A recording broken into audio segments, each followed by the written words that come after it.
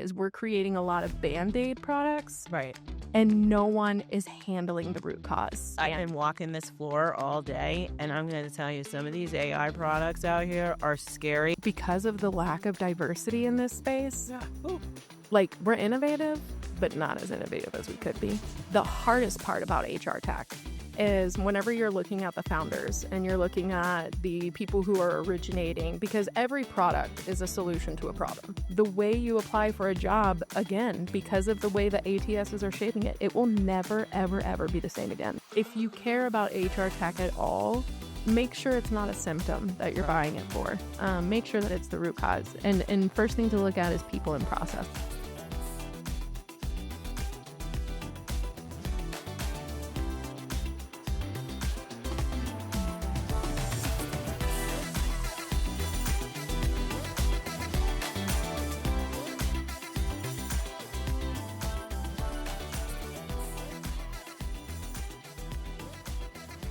Guess where we're at today? We are at HR Tech in our living room, because remember, we live here. We live here. We just announced that. All right, let's go. So we were thinking about this topic, Ashley, and we talked about this back and forth about what we were going to talk about today. And finally we said, let's talk about HR Tech. Yeah. Like, oh, that might be a decent topic for the HR Tech conference. It'd be great. Well, interesting.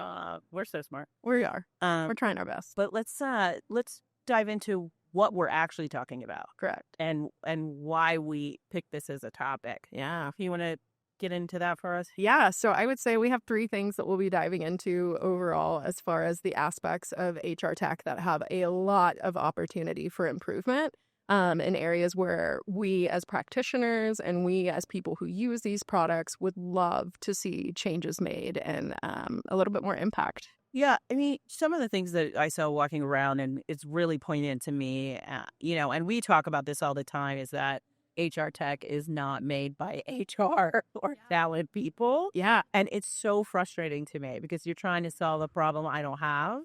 And it drives me insane. For me, the hardest part about HR tech is whenever you're looking at the founders and you're looking at the people who are originating, because every product is a solution to a problem. Like every product was created for a Band-Aid. There was something going wrong because you don't fix what's not broken. So you don't need to make a product for things that work. There's already a product for that. Yeah. And so essentially what has happened is we have found people who are not in TA, they're not in HR, not even in the industry, but they work dotted line. They're hiring managers. They're software engineers that needed to do a peer interview. They're these people who interacted with our desk and saw something wrong that wasn't a person problem, but a product problem. And so they created a solution, a Band-Aid, and found other organizations that had those problems as well. And I think whenever we do that, we overlook something that's really massive. And what ends up happening is we're creating a lot of Band-Aid products. Right. And no one is handling the root cause. Yeah, but why do you think that is? Why isn't someone stopping the massive train that's happening? Because the ones that are creating it are the ones who think the only issue is that wound, because it's the only issue they know of, because they're not in the industry. Right. But whenever you get in the industry and you're able to look around, you can see, okay, this problem's related to that problem, and we don't actually need 5 of these products if we handled the root cause right here. So there's actually a lot of times that I, as a practitioner, have issues with tools because they are doing a Band-Aid for what the root cause actually is. And if we were to go to the root cause, not worry about systems and symptoms, but actually worry about what's really happening, we can solve those things. And you can solve it with great tech too, that is interconnected and able to connect with one another to be a multi-solution product and kind of trace a superordinate goal versus just something that fix this one instance that this one individual made it for. And that's what we kind of see. That's why there are so many niche products in HR tech, is because there's so many one-off solutions or one-off needs that someone was like, if they need it, someone else will need it. And other people do need it. Why? Because we have these root causes everywhere, because people are people are people. And we're always going to have the same people problems. You know what's funny to me? I've been advisors to these type of products. So, they're getting advised by somebody. Right? And somebody's sitting there saying, oh, yeah, if you solve that one thing for me, right, it'll solve all my problems. Yeah. So, how do we get around, really the issue of being more, I guess, holistic about this process, and stop focusing on like that one thing. Yeah, it's a really good question. And I'll use two examples. So one, if we think of Greenhouse uses practitioner like liaison Oh, that's right. advisors, right? I heard that. But Ashby doesn't. They strictly use their customer base and then their internal like people that work there, basically.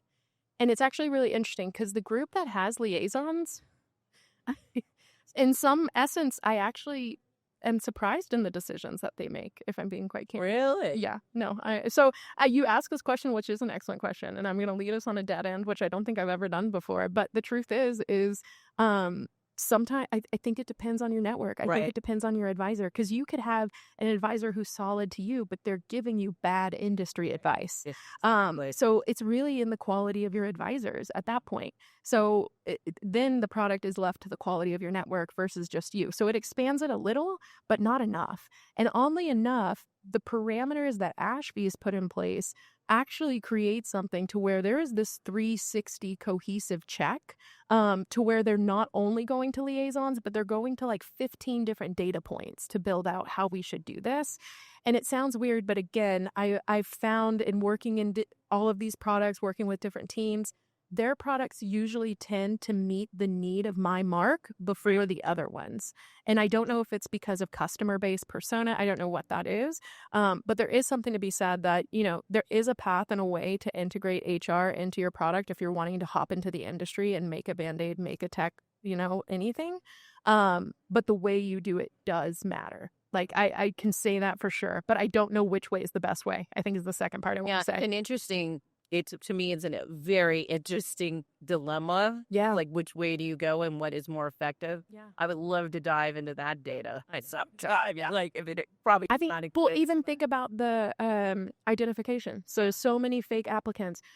Greenhouse is coming out with Clear ID. Very interesting choice. Right. I think using biometric data, essentially, it has been interesting to see just the changes and what people have chosen. Yeah.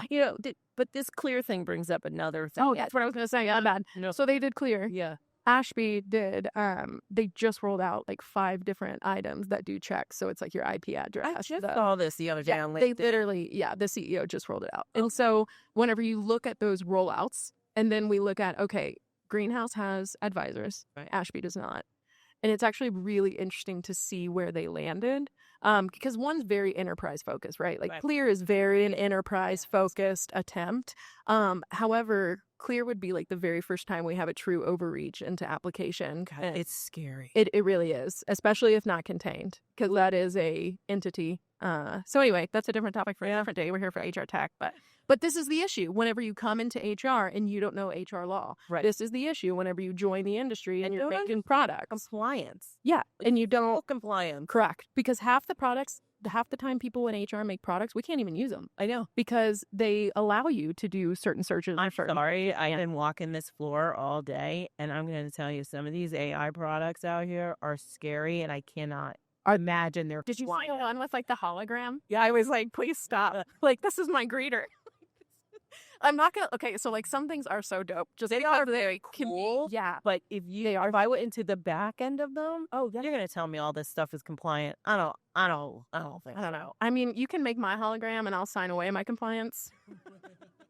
All my whatever I own, but But this brings into another thing that I think we always talk about, and me and you talk about this because it's always a focus of our show, is kind of the mitigating bias and all of these things. And HR tech is interesting to me because some have tried to do it, and some do it so poorly. Oh no, I think some. Here's the thing. So again, because of compliance, HR does things real weird sometimes, and in one of those, I think, is AI. And AI for, again, people who are outside of the HR box coming in, they're like, we could use this for so many solutions. Like, they're a solution-oriented person is usually the founder of an HR tech, like genuinely and truly. But because they don't, again, they're creating products that like either can't be used or can't be used in that functionality. And just so many different things. But one thing that I've noticed in the AI is because they don't know compliance, it's almost like they're leaning into the bias. It's almost like they're producing it. So weird. Like, Yeah, why? because it happens when you don't know. Whenever you, it's like me going to be a dentist. I Right. don't know. I've had my teeth cleaned. I know what they do. Just like y'all have hired a job, you know what we do, but not the ins and outs. And I would never assume I could pop into someone's mouth and start doing some dental work. But in HR, we allow that. Like Yeah. that is a thing. So again, there are ways to do it. Clearly, we're at a conference where tons of people have properly executed it. And so, but I will say that the way that it's executed, that stuff matters. It matters because you're dealing with employment. It matters because you're dealing with citizens. Yeah. And because we're the gatekeepers of the economy. Like all that stuff matters. It does matter. Anywho. Anywho. So, as we were talking about bias and all these other things, I do think the cost and the amount that people are putting into these is astonishing to Yeah. when I look at these displays and everything, I'm like, this is big money in this room. To anyone that's actually listening to us, which I think is only 2 people, and Pedito, thanks so much. Do y'all know that they have to lay their own carpet like on this floor? Yeah. Like they have to do their own like little thing. Wild. Like, okay. Wild. I have like fear of heights, so I'm not going up there. I'm not too good at carpeting. It's really interesting to me how much money they put into these. To the adverts because it's worth it. I know. Because companies will do anything for a quick fix and a Band-Aid, and HR tech is that spot. And there's nothing wrong with that so long as we go about it the right way. And as we were talking, we've seen products that have evolved over years and have 2 different paths. And you know what I was thinking when we were talking about this before, and I was thinking about the amount of women who actually own or founded these companies. Like, listen, how many are there really? Oh, wait, you have stats. Of course you do. For everybody who's never listened to this show, Ashley always has the data. Ashley does have the data. Ashley's a really bad nerd, so you're just going to have to forgive her and love her for who she is. Yeah, it is what it is. But, okay, so check this out. America has 51% females, which whenever we're thinking about census data, there's only 2 options. So you can, like, 51% doesn't sound like a lot, but any little percent over 50 is a lot. So, like, we're the majority of population. You look into HR as a whole, and I believe it's around 89% female. Like, if you're looking at a holistic, and somewhere in the high 80s, right? Yeah. And then you look at HR tech. So these are equity owners. These are people who are profiting in our industry. They are the ones making bank. They are the ones setting the tone, setting the rules, making the compliance products.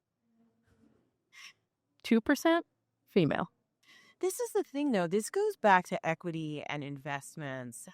Because women had only even start businesses in the 1970s. Like, so, I know that's to be true, but I'm saying even now, like, we're still at a place that these private equity companies, I could come up with the same idea that Greenhouse came up with, and they'd be like, meh. Well, yeah, because and they found themselves in the market, right? Put themselves there. And I will say opportunity, I think has a lot more to do with that data point, because again, how do you get business funding when you legally can't? And some of these one of those companies that we shook their hand with, they said they've been here 60 years. They can retire. They get free pancakes at IHOP. That's how old that company is. Like, that's redonk. So whenever we're thinking about like, wow, why aren't there very many women in this space? There's a lot of like structural bias issues that actually create that. And then once we get past the bias of the actual, like, can women legally own their own business and get a business loan?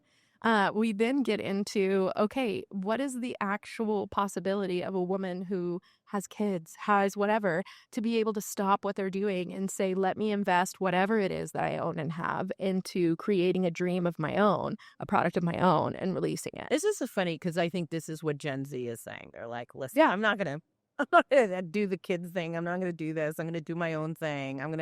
And, maybe we'll see this evolve and in the, coming years at this conference. I mean, I hope that to be true. I do too. Because it's really sad out here. It's really sad out here, amount of women that have nothing to do with any of these companies. Yeah, but we're the buyers. Oh, we're definitely the buyers. We're definitely giving the monies. We are all in the HR. We are giving all the HR monies their way, and we should really think about that when we're doing it, right? I think we talk about this on this show a lot is, think about how you control the generational wealth gap and all of these other things, but also think about how you control industry and right. Because and to me, that's the biggest thing is whenever we're talking about, because every recruiter is an economic gatekeeper, whether they want to be or not, they are. Like, that's the point. That's the whole kit and caboodle. But whenever we're thinking of an industry as a whole, of what gets to make money, what gets equity, what gets attention, Right. what is going, like, we look around here and we were talking about it earlier, so surprised how many like employee recognition tools. I was really surprised too. And mental health, by the way. So, and here's what I see within HR tech as well, is kind of this delay wave of like, employee recognition was a big deal, and so was healthcare in 2020 because we had that, and we had to recognize people because we were all working from home, and we needed structures to be able to do that. And so now you see a wave of pretty much everything that was in the past year or two. Now those products have been created, evolved, and on the market, and they're able to be here now. So that's another thing is if someone from true HR ever went to really make their own product, holy crap. Because one, they would already know what's coming down the pipe. Like, absolutely they would, before. Right? Yeah. And then not only that, they would know their shit. That's why I say, people, listen, if you're a recruiter or you're in HR, go out there and build something. You know what the problems are. I know. Go out there, build something, get some funding, do your thing. Because these tech solutions that we're looking at right now, I don't want to say they're all trash. No, you can't say that here. I'm just saying there are a lot. No one's listening. It doesn't matter. You're right. Who do you think is listening? Our moms. Okay. I own a Pedito and 2 other moms. Maybe. Oh, one mom. Okay. Yeah. Okay. It's a whole thing. We're here. It's a whole thing. We're doing the big thing in the big clear box. We're in the big clear box. Looking like zoo animals. Yeah. Okay. I think you're too worried about it. No, I'm good. All right. So, yeah, I mean, I'm not saying they're all trash. I'm saying that it could be better tech out here. 100%. 100%. It doesn't have to be somebody from the inside, you know. And we've talked about building our own thing sometime. We're like, we have to just go out there and build. Hold on. 2025, we're in the box. Right. 2026, we're going to be out there with my little wrecked platform. And if anyone steals that name, I'll sue them. This is copywritten, by the way. Yeah, copywritten, recorded live. But yeah, I will definitely say that our whole industry is shaped by the technology that drives it, because that is where the sales happen. That is where transactions happen. That is where the economy lives for HR. And so, again, whenever we're thinking about drivers, this is one. I mean, going back to the Ashby and Greenhouse scenario, thinking about the ID, like, that is going to change the way we do applications forever. Yeah. And if there are people who, thinking of the Greenhouse apply path, and can't register and clear because they don't match their dead name, or because they're on a visa and it may not recognize it all the way, or maybe they have a much more intricate name that is just harder to recognize. I myself was pulled over for 10 minutes by TSA today. Like, so I by your smile though, and that that was so weird. That's a winner. But the thing is like, the way you apply for a job, again, because of the way the ATSs are shaping it, it will never, ever, ever be the same again. Yeah. And that's something that we as a society have to live with. And so whenever you're thinking of the decisions these people are making, they flipping matter. Like, they impact everyone. I mean, we have some of the age gap, but I remember when recruiting was on note cards, girl. I remember when recruiting was a handshake. I remember when it's a handshake over a coffee table. I do remember those days. And when ATSs and all that stuff started coming along, I was like, it shook my mind, blew my mind. I was super excited. So I think we're in that next phase of what could happen and potentially cause a lot of damage as well. And it's so interesting to see. This has been kind of eye-opening for me in a way. Yeah. It's, but what else aren't we thinking about, Ashley? As far as HR tech? Yeah. Oh, so much. So much. For one, HR tech is interesting just because they are the rise and fall, I feel, of startups as well. So that's something else that's interesting. I'm very curious to see, like, how many tech companies have come to this conference that last year that aren't here this year. and then this year who won't be here next year. And it's because whenever you have a Band-Aid and 15 people go to make the Band-Aid, only the best Band-Aid wins. Right. So whenever you think of things like that, it's very interesting because I've gone to tech conferences all the time and I've seen some companies that I thought were the coolest things, never seen them again. But again, it's because sometimes you find a Band-Aid that's perfect, but it only fits for whatever. Yeah. So I do think that the turnover of HR tech, like the companies in general, it's a different type of life cycle than it is whenever you're working. So like UKG is going to be very, very different than, what is this? Remote, Tavio. So like just name recognition. Yeah, total right off the bat. But like I remember whenever Deal came out. I remember whenever Greenhouse came out. I remember when Deal came out. But that was cool. Other tools came out around them as well, and they are not here. And it's because that was the better Band-Aid. Yeah. And that's what we're seeing. These are the products of the Band-Aids, and which one's going to be the best. It's such a weird market. And for those of you as recruiters who have not worked in startups, startups are an interesting world and crazy and fast, and you're constantly working and moving at a rapid pace. And I think, to put all that work in and then have it fail, and you don't get to come back to this next year it's like, what? But that's the dream, right? Yeah, like that's the dream. They're chasing it. So one, if they are someone who came in here and failed, like first of all, to hell with that. At least you came. Right. Like, that's true. I'm sitting here talking about 97% of the women in HR who don't get to do that. But I think the difference is once you get the opportunity, how is it harnessed? Because again, that's what we see different whenever we're looking at Ashby Greenhouse. Like, do they give reverence to the industry, or do they just say, I know what's best because I need to fix a solution? And that's where I say the make or break of these companies actually lives, is because I have worked with a ton of companies that have wanted to start their individuals who have wanted to build their own ATS, built out a product, done things, helped them as just like a dotted line liaison whenever they needed it.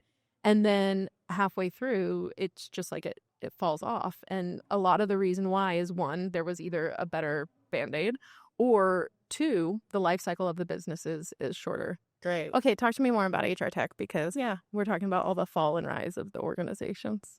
We're talking about every doom and gloom. Should we talk more about the things about HR tech? Let's talk about some positive. Because I would like to talk about that, because I do believe it's changed how recruiting works and how HR works, and how we function a little better and able to keep track of things a little better, and have documentation better, right? Because documentation is key, especially in HR. And so I think there is some positives. What do you think are the positives? Yeah. So I would definitely say the positive, HR tech is the sole innovative space for, like, that's where all the R&D of, like, what do you want to do? Not because essentially whenever you're in HR, you only have two things you can have. You can have three: people, process, and product. So those are your three levers of, like, which one of these is in the wrong. And so whenever it is that you're looking at product and we're looking at things that they do right, I mean, they are helping us solve a problem. They are, even if it's just the Band-Aid, it is Band-Aiding. So, like, that's number one. Number two is whenever we think of HR as a handshake or getting the paper applications and stuff like that, HR tech is what has moved that. Because ideally, as far as we go, we have to be regulated within compliance and things like that. And that's a slow moving legislative process. So everyone's very slow with their technology as well. But I will say that HR tech is an industry, again, those people leaning into the biases because they don't know any better. Sometimes people are like at a 10-10, like running as fast as they can. And in that, I think that some of the good things that occur are going to be things that, help us do those three lever pieces. Right. Yeah, absolutely. I mean, listen, as much as we can sit here and kind of badmouth the whole industry, I want to be very clear that this industry should exist for definitely. I just want to see more responsibility to the people they serve, if that sounds a little a little lofty, but no, you know what I mean. I agree completely. I think that I think the difference even between the HR tech companies that last and don't is reverence. It's reverence for the space. Right. Do you give respect to it? Do you understand the compliance? Are you taking time to just understand it? I think that that's the difference. And I genuinely, again, I think whenever that's an intrinsic valuation of the organization and the product as a whole, you see the difference on the floor. Like, you see who makes it and who doesn't. And that's something that I think is important. But I think the ability for the innovation space, like in general. Without it, we would be very, very stagnant. So like we have HR tech to thank for a lot of things, but because we want to thank it, because we love it in the space that it's in, we want it to be better. You know, because this is obviously a show for recruiters, Yeah. I want to talk about, the responsibility of recruiters to be kind of front of line in understanding tech and new tech. And Yeah. and we're in the world of AI. It's a whole other show, folks. We're not gonna do that one. But I do think there's a responsibility recruiters have as a subject matter expert or whatever, and when they sit in these organizations, to be kind of knowledgeable of what is happening in the world of tech, what is compliant, what is, and I can tell you, I bet maybe 25% of recruiters even know what's compliant in their technology. They're like, oh, we're getting a new ATS. We're going to put it in. And, they get super excited and they don't think about all the other ramifications of putting that product into their organization. Oh, 100%. So to be honest, remember the 3 levers: people, process, product. To me, product comes last. Yeah. If your people aren't knowledgeable about the compliance and the job piece and everything like that, forget teaching them the process, forget buying them a new product. That foundation of people is your problem. If your people are good, then if something's faulty, then that could be your process, and that's your next step to look at. And then if both of those are good and we have a great process, great things, but we still have gaps, now we get a product to fix it. And so those are kind of my 3 checklist piece. But I will say that the people piece is really, again, whenever I'm talking about root cause all this time, that's what I'm talking about. I'm talking about the fact that we start and stop at the product. We don't ever really get into the process and get root cause analysis, and we don't get into the people and get into their performance and root cause analysis. And that's this is what I think is some of the failure of TA leadership too, right? It is. Like, we're just not training and doing development in a correct order. We're not doing it at all most of the time, much less correctly. Yeah. Right. I pray that TA enablement becomes, like, even if it's our company, like, out there, because that's what I do. I work for a Fortune 200 company. I see over 150 recruiters' performance, and I manage performance outcomes for all of them. And the enablement of how you train a recruiter, because there is no recruiter university except for this company called Talent Ed. Recruiter University. Yeah, that's interesting. Someone should look into Talent Ed, Recruiter University. But no. So what I will say is, because of that, a lot of times all these products and all this expensive stuff, half of it was created because they couldn't get their people stuff in order. Right. Like, that's just, you could have saved billions. This is my thing. Like, it's just solve the people problem. It's people, process. Yeah. More tech. But there's nothing wrong with more tech. I want to go back and just reiterate that I think tech is beautiful. Yeah. I use a ton of it. But I do think that as TA leaders, we need to do better at Absolutely. the people part. Oh, we are missing the boat. Agreed. If anyone takes anything from this very long, random, live, and intricate podcast, I hope it's that if you care about HR tech at all, make sure it's not a symptom that you're buying it for. Make sure that it's the root cause. And first thing to look at is people and process. Stop looking at products first. I know that sounds really crummy at an HR tech conference. Well, no, I think you could still buy the products. Oh, absolutely. Buy it all the time. Right. But as an HR professional, do your job first, Right, but do your job in the beginning and focus on your people. Yeah. It's this is like one of my hot buttons. I know. I cannot get off of this without saying, it makes me very angry when we don't focus on the people part. Yeah. Because then none of the rest matters. Yeah. We can talk about candidate experience. We can talk about all these other things. We can talk about. But if they're asking me illegal questions, right, that's a bare minimum. I need them to do the bare minimum. I heard some crazy stuff lately. So and in my career, but that's because someone didn't even know any better, because we haven't taught them to be any better, right? And so you can't put a product in like these AI interviewing things and say, let's run with it just because it's going to save us time for productivity purposes. If you haven't solved the people who actually have to operate the thing, much less know if it's compliant. Oh, for sure. Right. And then on top of that, AI interviews, you could be automating bias. And so you may have a recruiter that doesn't even understand that. So now you have a biased recruiter who's automating their bias. And now it's just like a triple threat of all these mistakes. And so, again, products are excellent. They're great. Yeah. First, check your people, your process. Then let's add some product. I love it. Yeah. I would definitely say that those are the important pieces. But the other thing that I would say, as we were talking about HR tech and like innovation in general, is just because of the lack of diversity in this space, like we're innovative, but not as innovative as we could be. Oh, I mean. And you know what's weird? The lack of diversity is from HR. HR's not. They're not in their own industry. Right. Do you know? It's funny. Yeah. Not funny. No, not funny. Not funny. But this is why they let, like Joey B be the speaker of whatever conference. Oh my God. They don't take us seriously. Matthew McConaughey or whomever, you know? They just do not take They don't. But if you went to a surgeon conference and they gave me, I don't know, Amy Poehler, I'd be like, what is happening? Exactly. But HR is like, yeah. So like our standards are a little, a little wrong. We like to have fun, but it's like, it's a little too much. Like we've really, talent enablement, I really hope becomes the next big. Yeah, I mean, we would love to see it. I'm sure we're going to do a show about it, but what that really means, because I don't even think people really understand. My whole heart and back. I know it is. Yeah, I know it is. But I don't think that people truly understand what that means. And I would love to, I thought I would see more products here on the floor. I did. And I did not this time.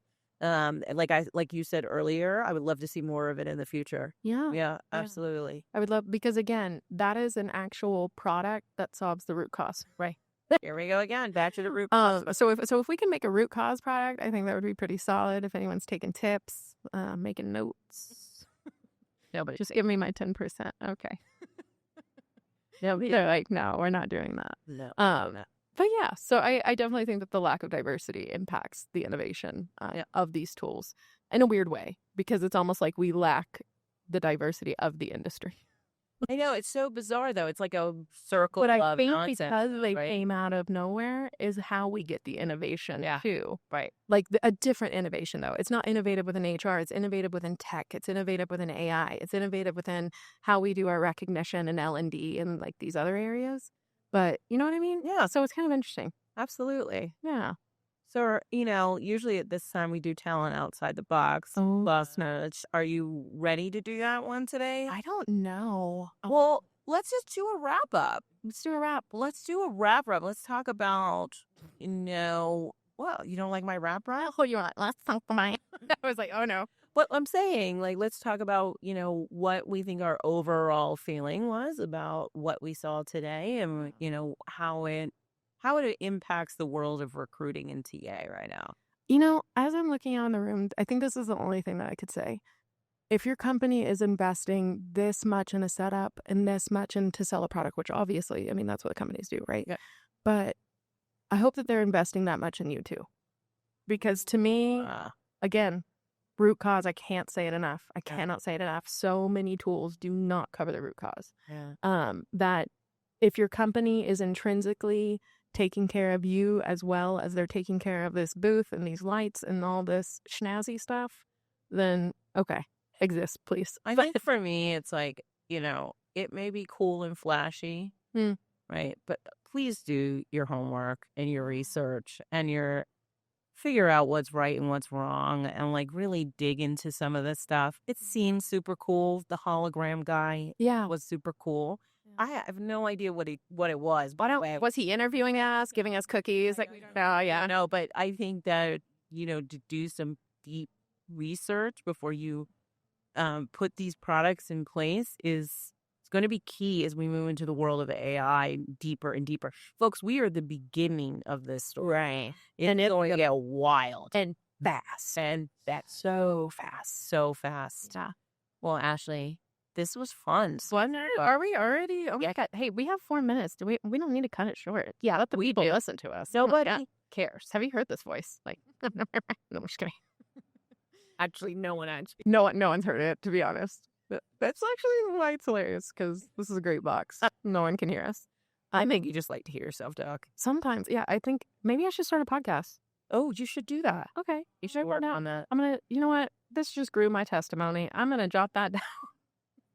Folks, I want to thank you for joining us on another great episode of the Talentless podcast. You know where to find us. Do they? Do that. Yeah, sure. If they scan my badge, they'll get my home address, so you really do know where to find us.